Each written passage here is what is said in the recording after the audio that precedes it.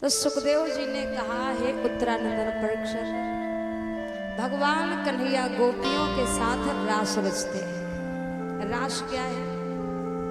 रसो वह सहा, वह ब्रह्म स्वयं रस होते हुए गोपियों के साथ रास रचेगा।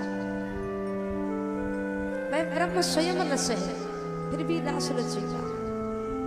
रास किसे कहते हैं? जहां भगवान तड़फ रहा हो भक्त से मिलने के लिए।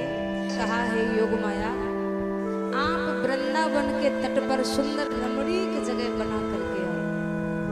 तो योग माया ने बड़ी सुंदर रमणीक जगह बनाई है यमुना के तट पर।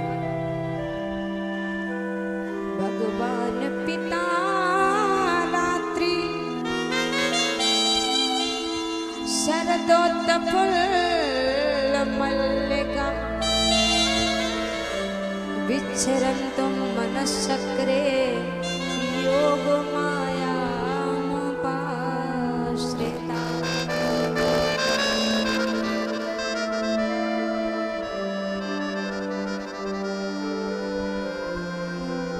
योग मायामुपाश्रिता।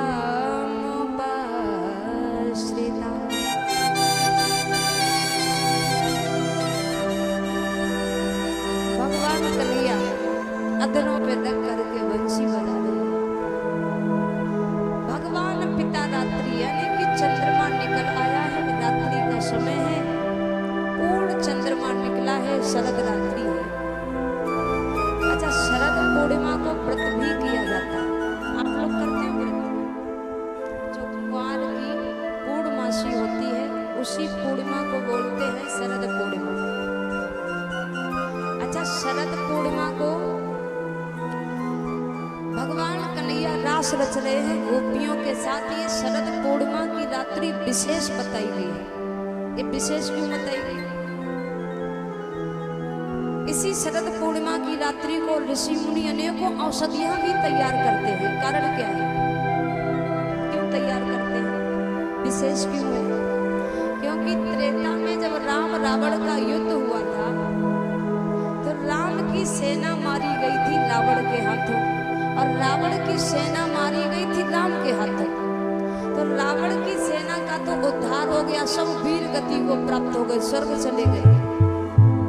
तो हनुमान जी ने कहा, प्रभु हमारी सेना तो राक्षसों के हाथों मारी गई, इनका उद्धार कैसे?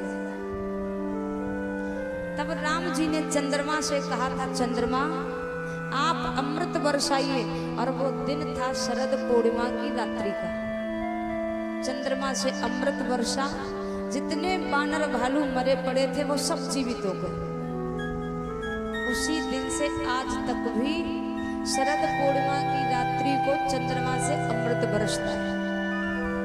अच्छा, इस बात को विज्ञान भी कहता है। हमारे शास्त्रों ने कहा शरद पूर्णिमा को व्रत करना चाहिए। विज्ञान क्या कहता है? विज्ञान कहता है जब पृथ्वी और चंद्रमा एक दूसरे के निकट होते हैं तो अनेकों रोग उत्पन्न होते हैं। इस दिन पर पृथ्वी और चंद्रमा एक दूसरे के करीब होते हैं। जब ये करीब होते हैं तो अनेकों रोग पैदा होते हैं। और जब हम व्रत रहेंगे, भगवान के सानिध्य में रहेंगे और जब चिंतन भगवान का होगा, मंत्र का जाप होगा, तो जो मंत्र होता है ना, मंत्र जैसे कि दवाई जब खाते हैं तो हड्डी हड्डी में, रक्त में, रोम रोम में अपना असर कर जाती है, वैसे ही मंत्र की शक्ति होती है। तो मंत्र का जब हम जाप करते हैं ना तो उस मंत्र की शक्ति हमारे हड्डी को मजबूत करती है, रोम रोम में बस जाता है वो मंत्र, एक सुरक्षा कवच सा बन जाता है। तो रोग तो वैसे भी निकट नहीं आएंगे जब मंत्र जाप हो रहा होगा। तो हमारे शास्त्रों ने इसीलिए कहा है शरद पूर्णिमा की रात्रि को व्रत करना चाहिए ताकि रोगों से हम दूर रहें। और एक औषधि हम बता दें आपके लिए, शरद पूर्णिमा की रात्रि को खीर बना करके ऐसी जगह पे रखिए जहां पर चंद्रमा की किरणें पड़ती रहे, ऐसी जगह पे रखिए। और वही प्रसाद सुबह को अपने पूरे परिवार के साथ आप खाइए, इससे रोग नष्ट होते हैं। तो भगवान कन्हैया शरद पूर्णिमा की रात्रि को गोपियों के साथ रास रचेंगे।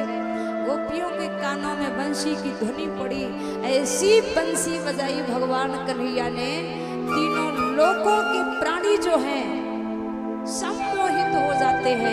बड़े बड़े संगीतकार आए देखने के लिए। बंसी बजी तो बजी किस राग की है, किसी के समझ नहीं आया किस राग की बंसी बजी।